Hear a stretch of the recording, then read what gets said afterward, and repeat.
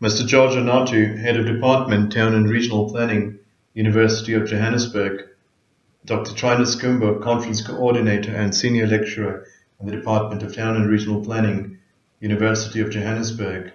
Mr. Martin Lewis, Chief Executive of South African Council for Planners, or SACPlan. Mr. Itumeleng Nkwane, Vice President of South African Planning Institute, or SAPI. Professor Godwell Kwamo, Exaro Chair in Business and Climate Change, University of South Africa, or UNISA. Students and fellow colleagues, good morning. Without leaps of imagination or dreaming, we lose the excitement of possibilities. Dreaming, after all, is a form of planning.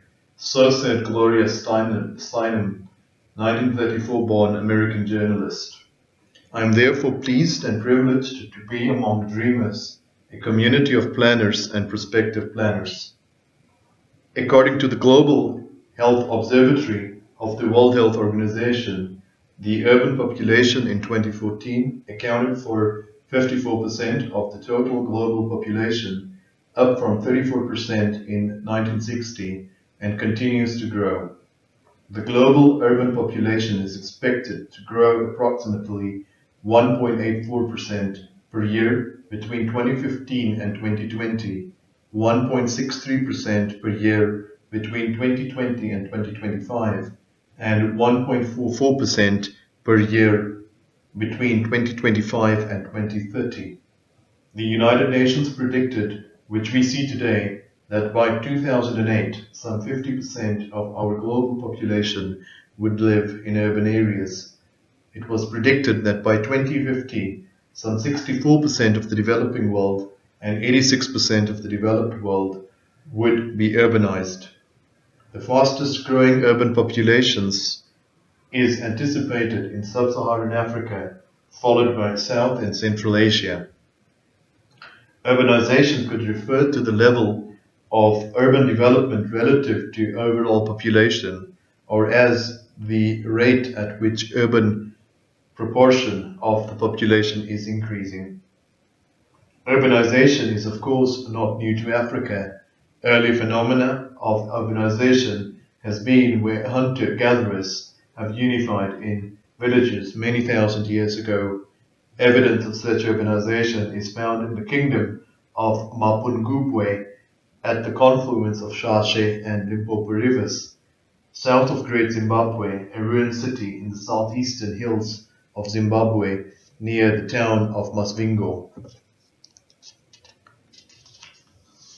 Both Mapungubwe and Great Zimbabwe are recognized today as UNESCO World Heritage Sites. Great Zimbabwe served as a royal palace for the Zimbabwean monarch and once used as the seat of political power. One of its prominent features were the walls, some of which were over 5 meters high and which were constructed without mortar, making one wonder of the construction technology used during the period 11th to the 15th century. Before I go further, in my talk today, I will be referring to 3 themes or aspects of a city: identity, mobility, and sustainability. I borrow these from Brazilian Jamie Lerner, former mayor of Curitiba and an urban planner. I will try and provide perspective to each of these aspects as applicable to our own society. To take forward the aspects of identity, I metaphorically raise, could a city be a person, and if so, does it have a life? We would think of identity as one's identity, or commonly referred to as ID or passport number. Or is it something more? In a draft 1999 paper, Stanford University professor James Ferron redefined identity. Quote, "Identity is a formulation of dignity, pride, or honor that implicitly links these to social categories." Unquote. In case you had a different understanding, I must remind you that James is a professor of political science. Reading the paper of James Ferron, I wondered what one's identity is. Identity on its own as a number appears incredibly lonely. Yet, when we think about identity as in how we identify with others, perhaps by way of our work or by way of our interests or hobbies, it gives the meaning, perhaps the one that James Ferron proposed. Clustering the various characters of those who select to live in a city, it takes forward individual identity to a city's identification, or perhaps its identity. Now that we're giving the city an identity, perhaps it's moving closer to being a person. I will like to therefore think of a city as a person. This gives us hope. If need be, with modern surgery, we can conduct a triple bypass and only in a few months we start to show signs of improvement. Similarly, if we think of a city as a person, we know that with modern surgery and sometime there will be an improvement. Some amount of physiotherapy may also be needed. I have yet to understand what I'm imagining here. In this way, we can then define our cities and give it our identity. Cities today are already taking this notion forward. Let us look at some features around the city of Johannesburg. The logo Joburg, the orange dot, represents the city of gold. The exclamation mark expresses the city's identity as a lively, vibrant and dynamic place. And the tower at the top shows its unique variety. Perhaps it is the Hillbrow Tower. The logo reflects both persona and physique.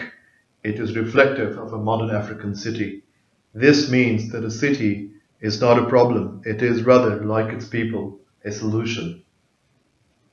I will move into the second theme, which relates to mobility.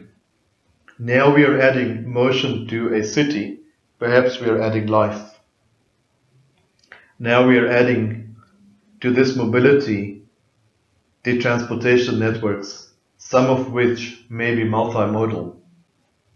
For example, a combination of using a car and walking, or using a bus and a shared bicycle service or so. If we attributed every person in a city to a car, fortunately it is not the case, and if the population had to grow at the same pace, would we sustain the transportation infrastructure? Without doubt, this answer is no. Cities are, however, growing. Lerner compares a car to a mother-in-law. They are necessary, he says, but they better not be the only women in your life. With private vehicles, parking and hijacking is another issue. Just to be clear, I am now talking about cars and not just about women. To transport 65 persons, we either needed 65 single occupancy vehicles or one bus. Of course, the bus would need to be efficient.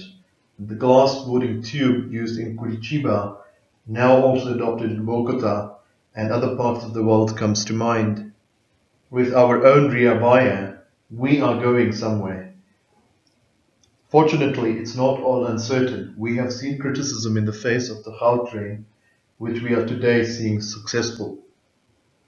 We're also seeing, when they are not on strike that is, that the Ria Baya is starting to work.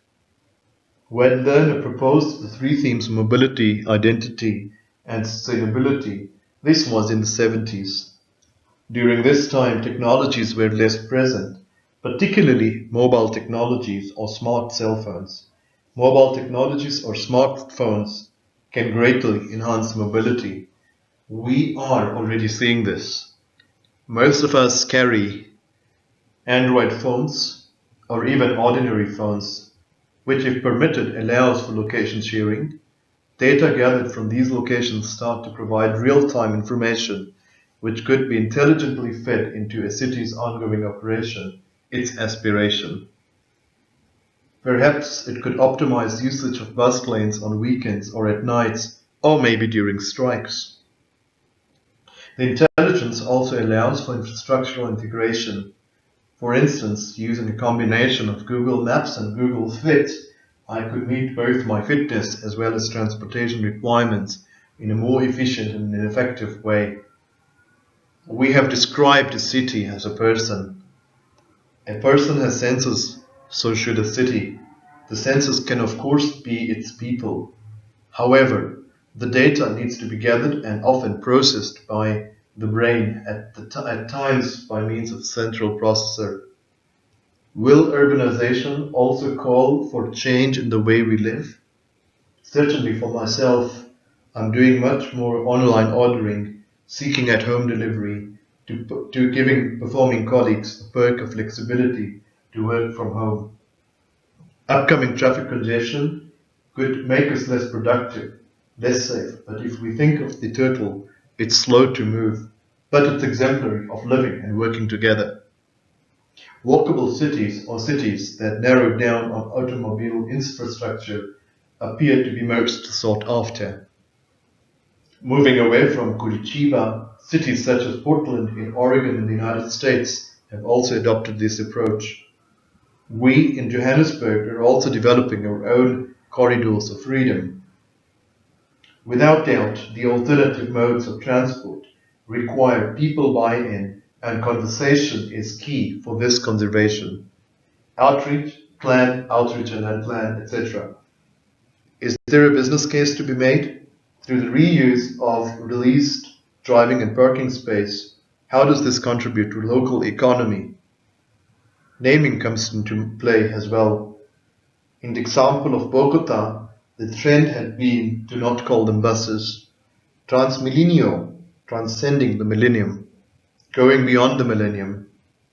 Transmilenio, a bus rapid transit or BRT system that is supported by smaller feeders, has over the last 14 years become the largest integrated transportation network, or ITN, globally. The Bogota ITN has become exemplary over the Curitiba ITN, mainly as the latter is lacking maintenance today. This becomes an important variable in ensuring sustainability, an aspect that I will speak further upon. Of essence is deployment of technologies which will enhance safety and security to the users. I think the notion of ITN, where I has stood for integrated, is today becoming intelligent, referring to the integrated technologies of the day. Simple intelligence is also necessary. On 25 June 2014, Francois Grief forgot his laptop on the C3 bus, which he boarded at around 9:15 De Korte Street, Braamfontein. The laptop was returned to him within 20 minutes. The good news needs to be shared. Social media, such as Facebook, brings a different kind of policing. I saw a recent complaint by passengers being dealt through this platform in a rather swift manner. With modern technologies, we know that it is not technology that is a limitation, but its usage, education, and implementation. They say creativity is when you do more and cut down zero in your budget at the same time. The next theme relates to sustainability. You will notice that our Department of Town and Regional Planning is part of the Faculty of Engineering in the Built Environment. The environment is in emphasis here. In ecology, sustainability is how biological systems remain diverse and productive. Sustainability has to be coupled to education. Lerner had the Separate the Garbage program for children. He advocated that if children are taught to separate the garbage, then it would make it easier to manage recycling. Think about your after-shopping experience, or as you receive at-home delivery. Could you unwrap and separate the plastic or paper wrappings? Recognizing that developing worlds will have multiple economies, Lerner proposed a Keep Clean and Get Food program for the extremely poor in Curitiba. The approach was well received. With technology today, we can continuously measure the impact of our activities. For example, we can measure air or water pollution on a mobile device. The question is, what can we do to educate? I would advocate that in our final year or graduate projects that allow for the concept to integrate sustainability or environmental implications as a technical design specification. If at least we measured the impact, then we are consciously aware, but the approach enables for unconscious awareness of sustainability. I like to think of how we learn to ride a bicycle. While initially the notion for a child is part of unconscious incompetence, it later becomes unconscious competence. This is what happens if we repeat our actions such that our muscles or the brain, or both, remember the action. Even several years later, the training can be drawn upon. Centralized mobility has its advantages. If alternative gas-based fuel is to be introduced, this can be done centrally. One could therefore see sustainability as embedding green thinking into what we do, how we live, how we learn, and how we earn.